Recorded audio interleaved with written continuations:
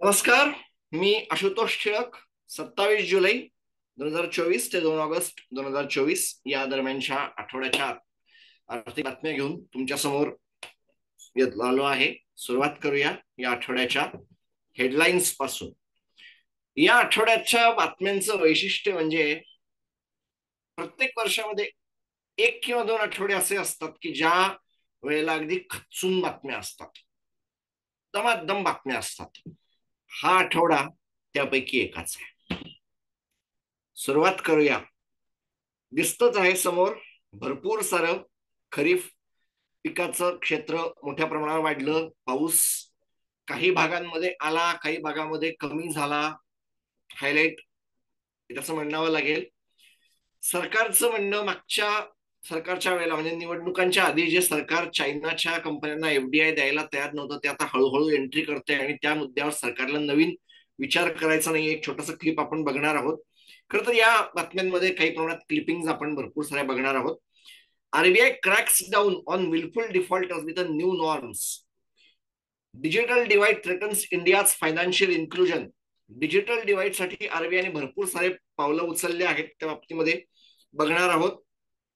बँका, public sector बँका get more times for public share holding term. त्यांना 2 वर्षाचा टाइम मिळाला. Banks borrow to fuel loan growth amid deposit crunch. झालं असं की बँकांना लोन द्यायला भांडवल पण लागतं त्यांचं स्वतःचं आणि डिपॉझिट पण लागतं.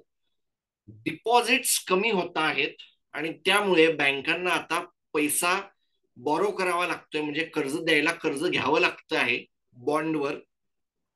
टाटा मोटर्सचा ईपीएफओच्या बाबतीमधला वाद नेमका काय आहे ते आपण समजून घेणार आहोत. आणि होमस्टे इन्कम हे आता वेगळं त्याचं करून ठेवलेलं आहे. आज ते बिझनेस इन्कम आहे, भविष्यात त्याला इन्कम फ्रॉम हाऊस प्रॉपर्टी केल्यामुळे नेमकं काय होणार आहे याच्याकडे बघावं लागेल. अल्ट्राटेक सिमेंटनी फायनली हॉस्टाईल टेक ओव्हर केला, ज्याच्या बाबत मी माझ्या चॅनलच्या सेगमेंटमध्ये एक छोटासा पार्ट टाकला होता. पब्लिक सेक्टर बँकांनी 2,331 करोड जमा केले मिनिमम बॅलन्स पेनल्टीवरून.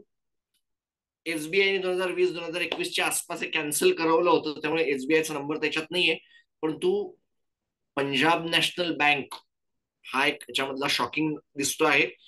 सेबी बऱ्यापैकी ऍक्टिव्ह होती. एक बातमी अशी आहे की सेबीचा आरबीआयच्या काय म्हणणार त्याला केवायसीवर फारसा विश्वास नाहीये आणि ते दावा करतात की आता आम्ही काय करणार नाही. माधवी बुश यांनी नेमकं असं विधान का करून टाकलं. पेटीएम टाईप गोष्टी आम्ही होऊ देणार नाही. केआरए बाबत बोलल्या. इन्फोसिसला एक मोठा जीएसटी डिमांड दिला आणि इंडस्ट्रीमध्ये आरडाओरडा सुरू झाल्यावर ते परतही घेतलं गेलं. हे नेमकं काय आहे हे पण बघणार आहोत. डिजिटल पेमेंट सिक्युरिटीसाठी आरबीआयने काही ड्राफ्ट आणले. पहिल्या बातमीचा छोटासा एक पार्ट असं म्हणता येईल की डिजिटलच्या बाबतीमध्ये आरबीआय थोडंसं काळजीत पडलं होतं की खिशामध्ये पैसे नसताना भरपूर सारं डिजिटलमुळे खरेदी जास्त होते आहे, मोठ्या प्रमाणावर कर्ज पण काढणं चालू आहे आणि तुमच्या इन्फॉर्मेशनची सिक्युरिटी आरबीआयला काळजी वाटत होती, त्याच्यामुळे आणली आहे. आणि एक शेवटचा मोठा बॉम्ब असा झाला की आयडीबीआय ला विक्रीची प्रोसेस पुढे सरकली. फेअरफॅक्स कॅथॉलिक सिरियन बँकेचे प्रमोटर त्यांचा एक येऊन पडला. कोटक बँक एक आला आहे आणि एमिरेट्स बँक असं एक नाव आहे. एमिरेट्स बँकेला कदाचित मिळणार नाही असं दिसतं आहे की याची जी टक्कर आहे ती कॅथॉलिक सिरियन बँक, फेअरफॅक्स वाले आणि कोटक बँक यांच्यामध्येच आहे. बघूया काय सगळं दिसतं आहे. आणि त्याच्या आधी आपण छोटस एक सेगमेंट बघणार आहोत. या कुठे गेले आरबीआयचे गव्हर्नर शक्तिकांत दास यांचा तर स्टेटमेंट असणारच आहे. परंतु या सगळ्याच्या बाबतीमध्ये असं मला म्हणावं लागेल की ज्या वेळेला हा सगळा काळजी करण्याचा पॉइंट सुरू होतो आहे, फेडरल रिझर्व्हनी एक स्टेटमेंट काढलं आणि त्याच्यामध्ये त्यांचं असं म्हणणं आहे की सप्टेंबर महिन्यामध्ये ते त्यांचं व्याजदर घटवतील असं त्यांचं आहे. मग त्यांना प्रश्न विचारला गेला की आज का नाही घटवणार तुम्ही तुम्ही आज का नाही घटवणार. त्यांचं असं म्हणणं की आम्हाला ते 2% बघायचे आहेत. म्हणजे यावरून मला असं आठवलं की एक 4-5 महिने आधी याच जेरोम पॉवेल यांचं एक असं स्टेटमेंट होतं की याच्यामध्ये त्यांनी इतक्या वेळा ते 2%, 2%, 2% असं म्हणलं की मला वाटायला लागलं की बापा बस 2% भरपूर झालं. एवढं जर बोलायचं होतं तर बाहेरून येऊन वी वॉन्ट 2% असं जरी म्हटलं असतं तरी चाललं असतं. असं एक सिच्युएशन तयार झाली होती गमतीची. असो, पुढे जाऊया. खरीफ क्रॉप सोईंग रिच रेकॉर्ड हाय. मोठ्या प्रमाणावर भारतामध्ये पाऊस आला आणि त्याच्यानंतर सरकारची जी आकडेवारी आहे आपण पुढच्या सेगमेंटमध्ये ती बघणार आहोत. परंतु या सगळ्यामध्ये एक छोटासा आठवण करून देण्याचा भाग असा म्हणावा लागेल की पाऊस आला. मध्य प्रदेश असेल, मध्य प्रदेशचा उत्तर भाग, झारखंडचा काही भाग किंवा बिहारचा एक भाग, हरियाणा, पंजाब, हिमाचल प्रदेश च्या भागामध्ये पाऊस होत नव्हता आणि अचानकपणे उलटा तिथे रिव्हर्स झाला. मोठ्या प्रमाणात पाऊस यायला लागला.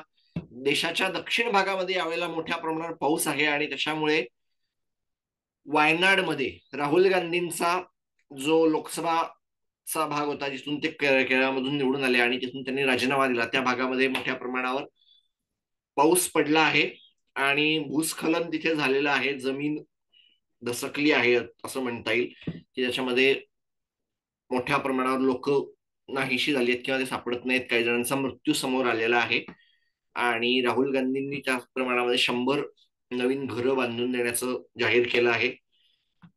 हा पावसाशीच रिलेटेड होता. कापूस सोडला तर बाकी अनेक साऱ्या गोष्टी या सगळ्यामध्ये हायलाइटेड होत्या. गहू तांदळाचं पीक आतापर्यंत आहे तेवढं नॉर्मल आहे. त्याचं सेगमेंटेशन बघावं लागेल, सरकारने जाहीर नाही केलेलं. पण पल्सेस डाळी या वेळेला जोरदार आहेत कारण मागच्या काही एक दोन वर्षामध्ये डाळीचं जी किंमत वाढली आहे त्याच्यामुळे बघून काही शेतकऱ्यांना डाळींच्या बाबतीमध्ये जर इंटरेस्ट तयार झाला असेल की आम्ही डाळी करायला जातो तर असेल. म्हणजे अरहरची डाळ 10 मिलियन हेक्टर्स, लाख हेक्टर मध्ये वाढलेली आहे. उडदाची जी डाळ असते ती जवळपास इक्वलच आहे. मुगाच्या डाळीच्या खालचं क्षेत्र 10%च्या आसपासनी वाढलेलं आहे. कुळीथाचं क्षेत्र कमी झाले, ते ऑलरेडी फारसं होत नाही. आणि अदर डाळी त्यांचं क्षेत्र पण जवळपास समानच आहे. थोडीफार वाढ आहे, सेगमेंटेशन फारसं दिलं नाहीये. आणि ज्वारीचा भाव वाढलेला आहे 10-20%. त्याचा अंडरचं क्षेत्र वाढलेलं आहे 12 लाख. बाजरीचं क्षेत्र थोडंफार कमी झालेलं आहे. रागी, नाचणी त्याच्या खालचं क्षेत्र वाढलं आहे. पण ते खाणारी माणसं किती आहेत या देशामध्ये हा एक प्रश्न आहे. असतील पण पूर्णतः नाचणी किंवा रागीवर अवलंबून असणारी माणसं ही या देशामध्ये तुलनेने कमी आहेत. पण त्याचं क्षेत्र वाढतं हे हायलाइट सरकारने केलं आहे. स्मॉल मिलेट्स आणि इतर टाईपची धान्य आहेत ती वाढत आहेत. मेज ते एक तुम्हाला त्याच्या खालचं क्षेत्र वाढताना दिसतं आहे. आणि ऑइल सीड्स, ग्राउंडनट, शेंगदाण्याच्या खालचं क्षेत्र मोठ्या प्रमाणात वाढताना दिसतं आहे. सोयाबीनच्या खालचं क्षेत्र वाढताना दिसतंय. सनफ्लॉवरची शेती वाढते आहे पण तेवढी नाहीये. 60,000 हेक्टर आय थिंक त्याच्या अंडरचं क्षेत्र आहे. सीसमच्या अंडरचं आहे. कॅस्टर घटून जवळपास 1 लाख हेक्टरच्या खालती चाललं गेलं आहे. अदर ऑइल सीड्स मध्ये फारसं काही नाहीये. शुगर केन त्याचं क्षेत्र वाढत चाललंय आणि याच्यामधला एक मोठा भाग उत्तर प्रदेश मधला आहे असं ऐकू येत आहे. बघावं लागेल. कॉटन घटलेलं आहे. कॉटन फारसं काय वाढणार नाही. आणि ज्यूटच्या अंडरचं क्षेत्र घटलेलं आहे. हा एक त्याच्यामधला काळजीचा आहे कारण त्याच्या जी पोती बनवून करावी लागतात त्याच्या कारणामुळे हे एक पीक महत्वाचं येतं. डायरेक्ट इनडायरेक्ट कमर्शियल याच्याकडे लक्ष ठेवावं लागेल. आणि who will be the next owner of IDBI bank. RBI त्यांचं फिट अँड प्रॉपर असेसमेंट पूर्ण केलेली आहे. तिघांना त्यांनी दिलेलं आहे. अमिरेट्स, DNB बँक, त्याच्यानंतर फेअरफॅक्स आणि कोटक या तिघांपैकी कोणातरी एकाकडे हे जाईल असं दिसतं आहे. मला विचाराल तर अगदी साधं व्ह्यू असा तयार होतो आहे की कोटक बँकेला मिळू शकतं किंवा जर सरकारने या सगळ्यामध्ये कॅश च्या गोष्टीकडे जर लक्ष द्यायला बसले तर फेअर फॅक्ट्स कडे जाण्याची शक्यता जास्त आहे, कारण नेमकं सरकार या सगळ्याकडे काय प्रमाणावर बघते याच्याकडे बघावं लागेल. हे पुढच्या 3-4 महिन्यात संपेल असं दिसतं आहे. LIC यातून बाहेर पडेल आणि याचा फायदा म्हणून LICचा शेअर प्राइस पुढच्या काही दिवसामध्ये वाढला तरी आश्चर्य असायला नको. कारण भांडवलाची त्यांना जी असणं जी गरज दिसत होती, त्यांनी ज्या त्यांच्या IPOच्या काळामध्ये म्हणलं होतं की हे सगळं दिसतं आहे, आम्हाला भांडवल टाकावं लागू शकतं, त्याचा एक highlight. Taxpayers urged to file returns before July 31. कुठल्याही प्रकारची नवीन एक्सटेन्शन मिळालेलं नाही. काहींचा अंदाज होता एक्सटेन्शन मिळेल, पण नाही मिळालं. तुम्ही जर 31 जुलैच्या आधी नसेल फाईल केलेलं इन्कम टॅक्स तर तुमची डेट गेलेली आहे. काही दंड भरून तुम्हाला तो भरावा लागू शकतो. मिनिमम जे काय असेल ते फी, लेट फी भरून. Department has urged taxpayer to utilize the e-filing portal to submit their returns, असं त्याचा बातमी आहे. हायलाइट ज्यांना वाचायचं ते वाचू शकतात. पुढच्या बातमीकडे आपण सरकूया.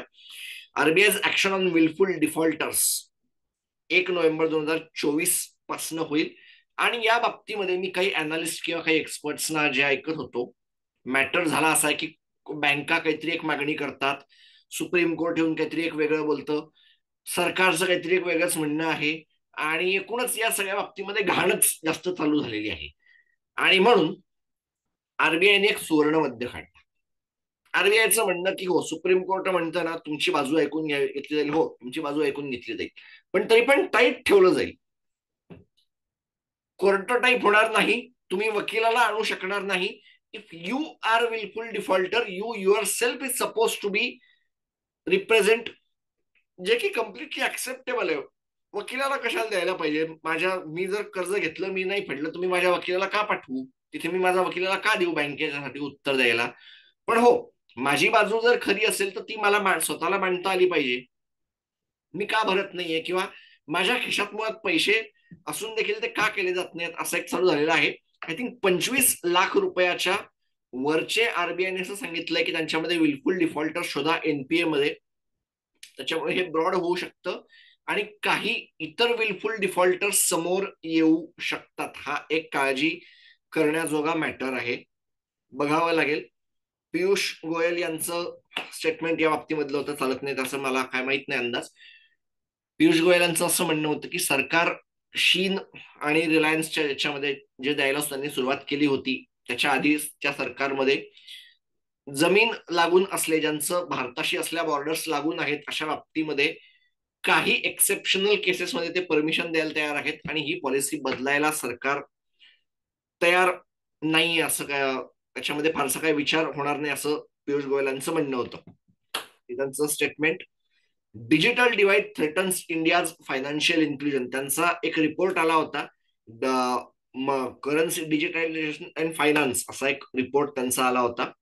Findings under course cyber security digital divide मध्ये. आणि या सगळ्यामध्ये होतं असं आहे की युपीआय बिना UPI चालत नाहीये. आणि मग ज्या वेळेला क्राऊड स्ट्राईक सारखी परिस्थिती येते त्यावेळेला मग अनेकांना हे विसरून जायला होतं की आपल्या खिशामध्ये नॉर्मल करन्सी पण असू शकते. डिजिटल डिवाइड ज्या वेळेला एक तयार होतो त्यावेळेला अत्यंत सामान्य माणसांच्या खिशामध्ये पण डिजिटल पेमेंट्स येऊन बसतात. डिजिटल पेमेंट आलं की त्याच्या डिजिटल एक फुटप्रिंट तयार होतो. मी कितीही नाकारलं तरी माझ्या फोनचं मॉडेल, माझा नंबर, मी कोणाकडून सर्व्हिस घेतो आहे, माझ्या बँकेच्या डिटेल्स असे सगळे येऊन लागतात. म्हणजे जर नीट ट्रॅक करायला बसलं तर माझे शेवटचे 5 ट्रान्झॅक्शन देखील कळतात. हे कळणं काय फार मोठं ढगातली गोष्ट नाहीये, हे अत्यंत इझी गेम आहे. आणि या बाबतीमध्ये RBIने काळजी व्यक्त केली आहे आणि फिनटेकच्या बाबतीमध्ये काही नवीन गाईडलाईन्स त्यांनी आणायला समोर घेतलेल्या आहेत. त्याच्याविषयी पण एका पुढच्या बातमीमध्ये आपण बघणार आहोत. हा एक हायलाइट या आठवड्याचा होता. यांना कसं काय विसरणार? Problem childs of PSB public sector banking, Punjab and Sind bank, UCO bank, Indian overseas bank, bank of Maharashtra आणि सेंट्रल बँक ऑफ इंडिया. बातमी अशी आहे की बँक ऑफ महाराष्ट्र सोडले तर बाकी सगळ्यांमध्ये सरकारची हिस्सेदारी ही 90% वरची आहे. आणि सेबीचं असं म्हणणं की ते 75% आसपासच आणायला पाहिजे, 25% पब्लिक शेअर होल्डिंग असली पाहिजे. बँक ऑफ महाराष्ट्राची झाली असती कदाचित प्रयत्न केला असता तर, पण बाकीच्या चौघांचं काय. आणि गंमत अशी आहे की युको बँकेचा जो एक इक्विटी फ्लोट आहे, त्यांचा जो एक इक्विटी बेस आहे, तो इतका मोठा आहे की त्या प्रमाणावर त्याला हलायला आयदर सरकारला आपले शेअर बाजारात विकायलाच काढले पाहिजेत, किंवा एखादी अत्यंत मोठी, खूप मोठ्या प्रमाणावर फंडिंग आली पाहिजे, ज्याच्यामुळे रिटर्नचे रेशो घटतील. आता असा नेमका कोण असेल की जो हे करायला तयार होईल, पैसे नवीन टाकून देखील, हे बघितलं पाहिजे. Punjab and Sind bank, UCO bank आणि इंडियन ओव्हरसीज बँक यांचे शेअर मोठ्या प्रमाणात चाललेले आहेत. परिस्थिती थोडीफार आहे, जागेवर आहे असं म्हणायला आहे. 2 वर्ष एक्स्ट्राची त्यांना मिळाली आहेत. एफपीओ आहे, क्यूआयपी आहे, पण नेमकं कोण कसं इन्व्हेस्ट करेल याच्याकडे एक लक्ष ठेवावं लागेल. चलूया पुढच्या बातमीकडे. Bank borrows to fuel loan growth. आकडे जे दिले आहेत, despite significant inflow of 1.02 lakh म्हणजे 1,02,000 crore in deposits during July 2024, 1,19,000 crore रुपयाचे कर्ज रोखे बँकांनी घेतले आहेत, आणि तेवढ्या प्रमाणात बँकांनी कर्ज उभारलं आहे नवीन त्यांच्या साईडनी कर्ज द्यायला.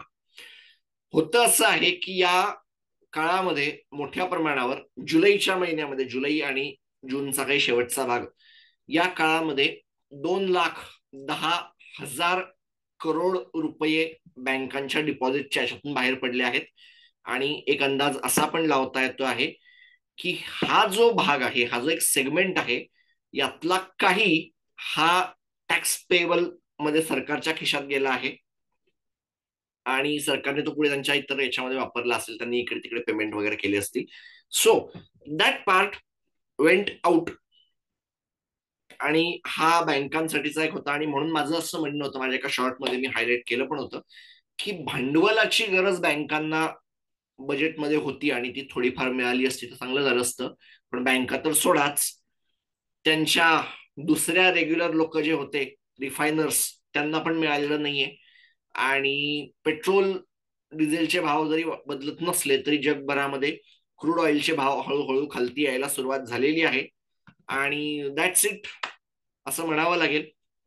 Tata Motors locked in legal battle with EPFO over pension funds. Matter असं आहे की टाटा मोटर्स फायनान्स अशी त्यांची एक सबसिडी होती, जी आरबीआयच्या अप्पर लेअर एनबीएफसी मध्ये यायला अगदी तयार बसली होती. टाटा सन्सचा समावेश देखील अप्पर लेअर एनबीएफसी मध्ये झाला होता, पण त्यांनी काही निगोसिएशन्स करून घेतले, आणि आता आरबीआयला त्यांचं ते डील मान्य आहे. पण मुळात या सगळ्या बाबतीमध्ये जो एक प्रश्न उद्भवला होता की आरबीआयचं असणं हे, सॉरी, टाटा सन्सचं असणं हे अनेक वेळेला यांच्यासाठी एक मोठा बेनिफिशियरी ठरतं. म्हणजे इंग्लंडच्या सरकारशी झालेले निगोसिएशन्स हे टाटा स्टीलनी केलेले नव्हते, ते टाटा सन्सनी केले होते. अनेक साऱ्या कंपन्यांना टाटा सन्सनी दिलेलं बॅकिंग हे मोठ्या प्रमाणावर हेल्पफुल ठरलं होतं. मग त्यांचा असलेला इफेक्ट फायनान्शियल सिस्टीम मधला तो कसा काय नकारायचा, हाच मॅटर इथे झालाय. थोडासा बाजूच्या साईडला मी जातो आहे की ईपीएफओ ओव्हर पेन्शन फंड. झालं असं की टाटा मोटर्स फायनान्स अशी यांची एक एनबीएफसी होती, जे सांभाळत होते आय थिंक पेन्शन फंड त्यांचा आतापर्यंत ते मॅनेज करत होते वेगवेगळ्या सिस्टीम मधून. आणि आता त्यांना ते काय की त्यांना परमिशन असलेलं होता, automotive giant operating its own exempted pension fund permission होती. झालं असं की आता ते ट्रान्सफर करायला चालले आहेत, आणि त्यांनी निवडला की ईपीएफओ ला हँड करायचा. ईपीएफओ घ्यायला तयार. ईपीएफओचं म्हणणं की तुम्ही जे काय कॅल्क्युलेशन करतात ते आम्हाला मान्य नाहीये. Core of the dispute lies in Tata motors desire to escape the financial burden associated with its exempted pension fund. The company has faced losses for 3 consecutive years and is seeking to transfer the liability to the EPFO. म्हणजे आतापर्यंत तुम्ही exempted, हे सगळं झालं, ते झालं, ते झालं. आता तुम्ही लॉस फेस करता आहात, तुम्हाला ते द्यायची इच्छा नाहीये, आणि म्हणून हे सगळं तुम्ही ईपीएफओ कडे जायला चाललेलं आहात. साध्या भाषेमध्ये बोलायचं असेल तर ऍज पर अकाउंटिंग सिस्टीम, तुम्ही ज्या वेळेला ईपीएफओ किंवा पेन्शनच्या वरती प्रॉफिट कमवता, म्हणजे तुमची, समजा आजच्या तारखेला तुम्हाला तुमच्या कर्मचाऱ्यांना द्यायचे पैसे समजा 100 रुपये असतील, आणि त्या पेन्शनच्या अगेन्स्ट तुमच्या खिशामध्ये जर 102 रुपयाचे ऍसेट्स असतील, तुमची गुंतवणूक असेल, तर ते 2 रुपये तुमचं प्रॉफिट गृहीत धरलं जातं. पण लायबिलिटी आहे 100, म्हणजे तुम्हाला तुमच्या कर्मचाऱ्यांना द्यायला 100 रुपये पाहिजे आहेत, आणि तुमच्या खिशामध्ये 98 जर असेल, तर हे तुमची लायबिलिटी म्हणून गृहीत धरलं जातं, लॉस मध्ये गृहीत धरलं जातं. टाटा मोटर्सला हा लॉस नको आहे असं ईपीएफओचं म्हणणं आहे, आणि त्या मुद्द्यावर ईपीएफओ यांच्याशी भांडायला बसलेला आहे.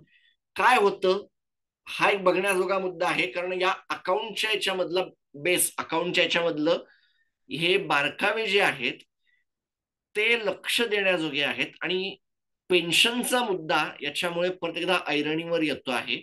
या सगळ्याकडे सरकार काय नजरेने बघेल याच्याकडे लक्ष ठेवावं लागेल. चलूया पुढच्या भागामध्ये. Income from home stay is right now business income, पण बजेटमध्ये असं आहे की that is income from house property. साधं आहे की तुमचे होमस्टे असतात, तुमचे ओला उबर नाही, इतर काही असतात जिथे तुम्ही भाड्याने जाऊ शकता, किंवा हॉटेल्स टाईप घर असतात, काही मोठे बंगले असतात, त्यांचे मालक ते भाड्याने देतात, किंवा त्याच्यामधून त्यांना जर काही शूटिंग वगैरेचं उत्पन्न होत असेल तर ते ऍज अ बिझनेस इन्कम म्हणून दाखवतात. भारतामध्ये income from house property is largely taken as a loss, की हे घर माझं आहे, मी त्याच्यामध्ये हप्ता भरला, व्याज भरलं, त्याचं टॅक्स भरायला गेलो, असं सगळं करून त्याचा मला एक लॉस दाखवला जातो, आणि तो लॉस दुसऱ्या कशाच्या तरी अगेन्स्ट ऑफसेट केला जातो. याच्यामुळे होणार हे आहे की या होमस्टेमुळे तुम्ही इन्कम कमवलं, त्या इन्कम मधून तुम्ही टॅक्स भरला. होमस्टे मधून तुम्ही इन्कम कमवलं, बदल्यात त्याच्या तुम्ही व्याज भरलं कर्जाचं, मग तुम्हाला लॉस नाही झाला. याच्यामुळे अनेकांना टॅक्सची एक नवीन सिस्टीम तयार होते आहे, की जे आतापर्यंत मला टॅक्स कमी लागत होता, आता त्यांची टॅक्सची लायबिलिटी वाढू शकते आहे.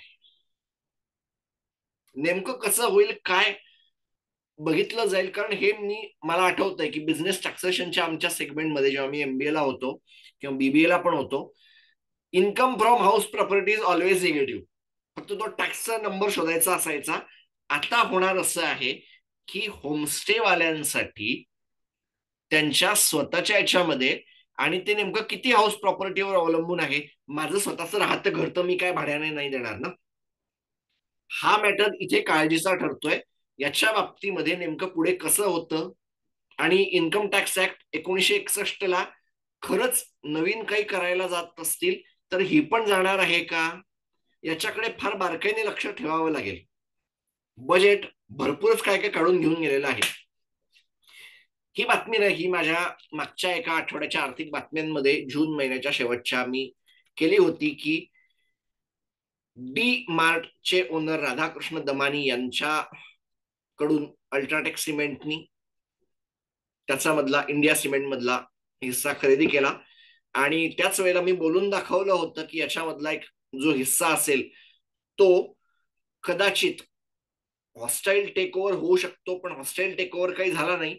32.72% स्टेक जो होता त्यांच्या प्रमोटरच्या मालकीचा, तो त्यांनी खरेदी करायला घेतला. प्रमोटरचं स्टेटमेंट मी ऐकलं की पर टन सिमेंट तयार करायला आम्हाला जो काही खर्च लागत होता त्यात वाढत चालला आहे, आणि अल्ट्राटेक कडे मोठ्या प्रमाणावर त्यांचे कनेक्शन आहेत, त्यामुळे त्यांना ते परवडतं आहे, आणि आम्ही ते करायला तयार आहोत असं म्हणून त्यांनी ते करून टाकलं. इंडिया सिमेंट्स तर जात आहे, पण चेन्नई सुपर किंग आजही एन श्रीनिवासन यांच्याच खिशात आहे असं दिसतं आहे. सो महेंद्रसिंग धोनी अजूनही दिसेल आपल्याला, त्यांच्याच बरोबर चेन्नई सुपर किंग्स काय जाणार नाहीयेत, पिवळे कॅपवाली माणसं काय जाणार नाहीयेत. पण दक्षिण भारतामध्ये डिओपोली सिमेंटच्या बिझनेसमध्ये सुरू होते आहे. अंबुजा सिमेंट, एसीसी सिमेंट आणि अल्ट्राटेक सिमेंट मध्ये. चालूया पुढच्या बातमीकडे. काय चालू आहे मग? Public sector banks rack in 2,331 crore from minimum balance penalties. काय झालं आहे नेमकं? Punjab national bank 1,538 crore last 5 वर्षामध्ये. काय दिसतं? बँक ऑफ बडोदा, इंडियन बँकेचा नंबर दुसरा आलेला आहे. हा एक शॉकिंग फिगर. मागच्या 5 वर्षात त्यांचा नंबर हाय. SBI discontinued minimum balance financial year 2020. कोरोनाच्या आसपास त्यांनी त्याला कॅन्सल केलं आणि ते एका अर्थाने चांगलंच झालं, कारण एसबीआय सारखा मोठा बँकर ज्या वेळेला हा दावा करतो की आम्ही देशातले सगळ्यात मोठे बँकर आहोत, त्यावेळेला मोठ्या प्रमाणात त्यांचं ते होत होतं. आणि अनेक वेळेला काही कारणामुळे, काही नसताना खिशामध्ये अनेक जी दिघाडी मजदुरी ज्याला म्हणतात, की दररोजचे खर्च करणारी माणसं काही कारणास्तव जाऊ नाही शकले आणि त्यांच्या बँकांमध्ये पैसा नाही आला, तर कारण नसताना त्यांच्या खिशामध्ये असलेला पैसा का कट करायचा? एसबीआय हा या सगळ्यामधला एक मोठा भाग होता. तो बाहेर पडला. पण आता पंजाब नॅशनल बँक असेल, इंडियन बँक असेल, या वर्षासाठी बँक ऑफ बडोदाचा नंबर एक मोठा होता आणि त्यांना त्याचं इन्कम मिळालं. Balance between contributed substantial. Bank of Baroda या वर्षासाठीचा दुसऱ्या याच्यामधला जो फिगर आहे 6,633.40 crore. Followed by bank of Baroda 386 crore 51 lakh रुपये त्यांनी कलेक्ट केले. हा एका अर्थाने दुहेरी टॅक्स केला जातो की तुम्ही करत नाही, तुम्ही डिजिटल फिनटेक वगैरे कडे जातात, तुम्ही तुमच्या बँकांच्या ब्रांचेसमध्ये इतर सगळ्या गोष्टी आणता, हे करता ते करता, आणि तुम्ही सांगता की आम्हाला हे नाही करून देतात, आम्ही तुम्हाला कमी व्याजदराने हे करतो. आणि ऍट द सेम टाइम मग अशा तऱ्हेने बँकांनी त्यांच्या लोकांच्या खिशातून पैसा काढून घेणं इज समथिंग पेनफुल. त्रासदायक आहे. कधीतरी बंद व्हावं. आणि या निमित्ताने एसबीआय साठी मी टाळ्या वाजवणार आहे की त्यांनी एक चांगला मुद्दा घेतला, इतरांनाही अक्कल यावी अशा आशांसह. SEBI plans to widen net on relative to curb insider trading.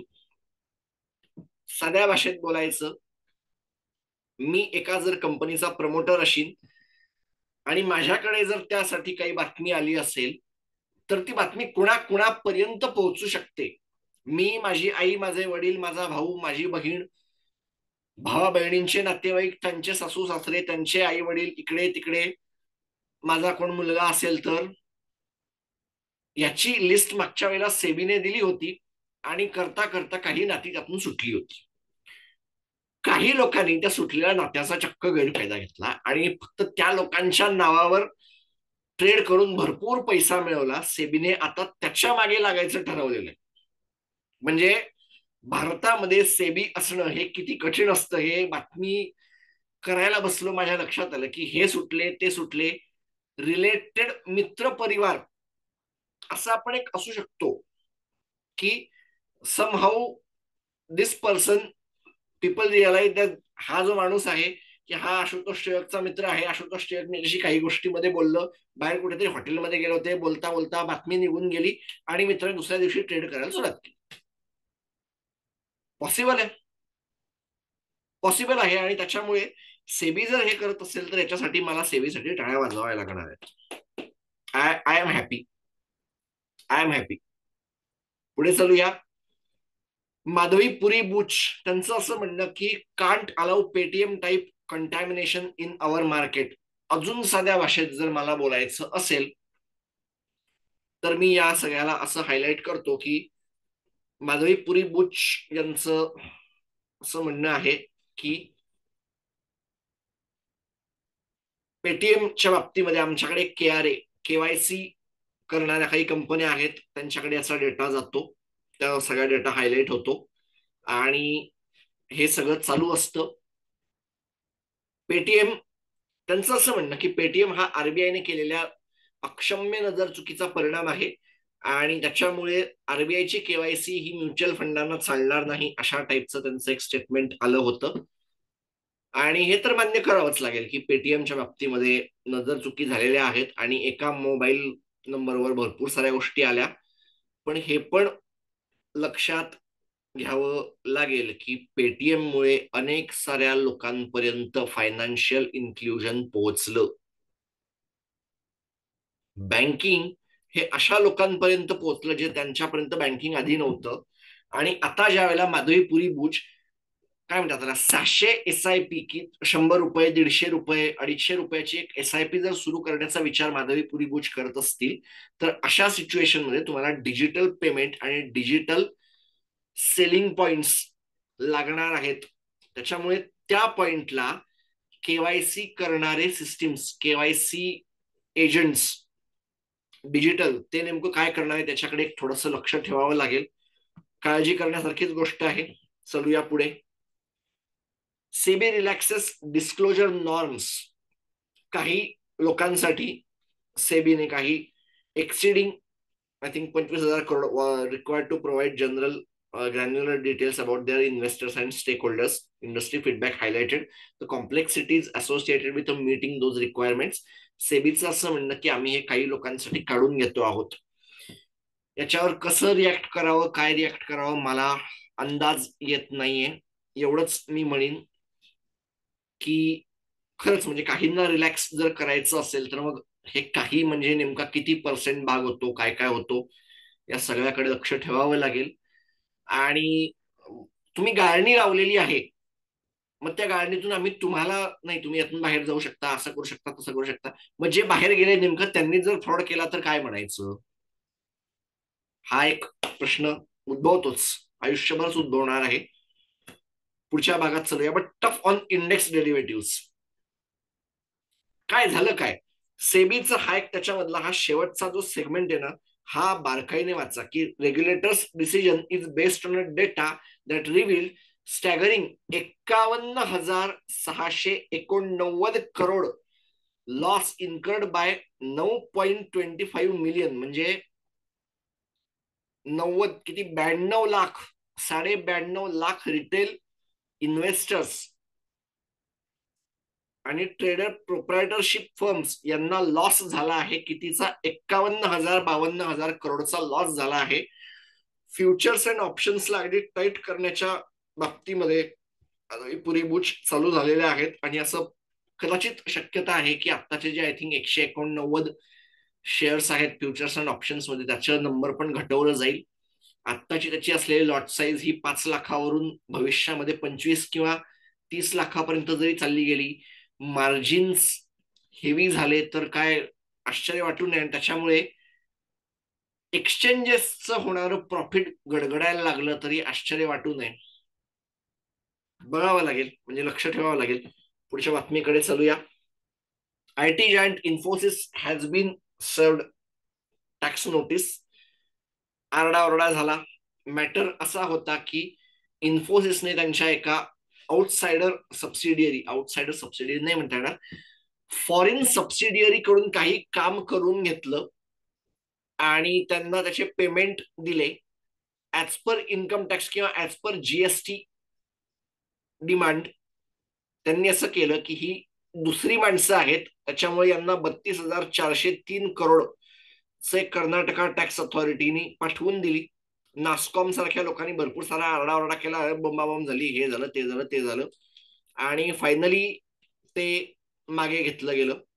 काहींनी याला थोडासा राजकीय रंग देण्याचा प्रयत्न केला खरा, पण ठीक आहे. भारतामध्ये टॅक्स रेट्स आणि टॅक्सच्या मोठ्या मोठ्या डिमांड ह्या काय नॉर्मल विषय आहे. एखादा कंपनी संपून टाकण्याच्या उद्देशाने पण केल्या जातात. डेल्टा कॉर्प हे त्याच्यामधलं एक फार छान नाव आहे, असंच आठवलं म्हणून हायलाइट केलं. RBI want to make digital payment safer.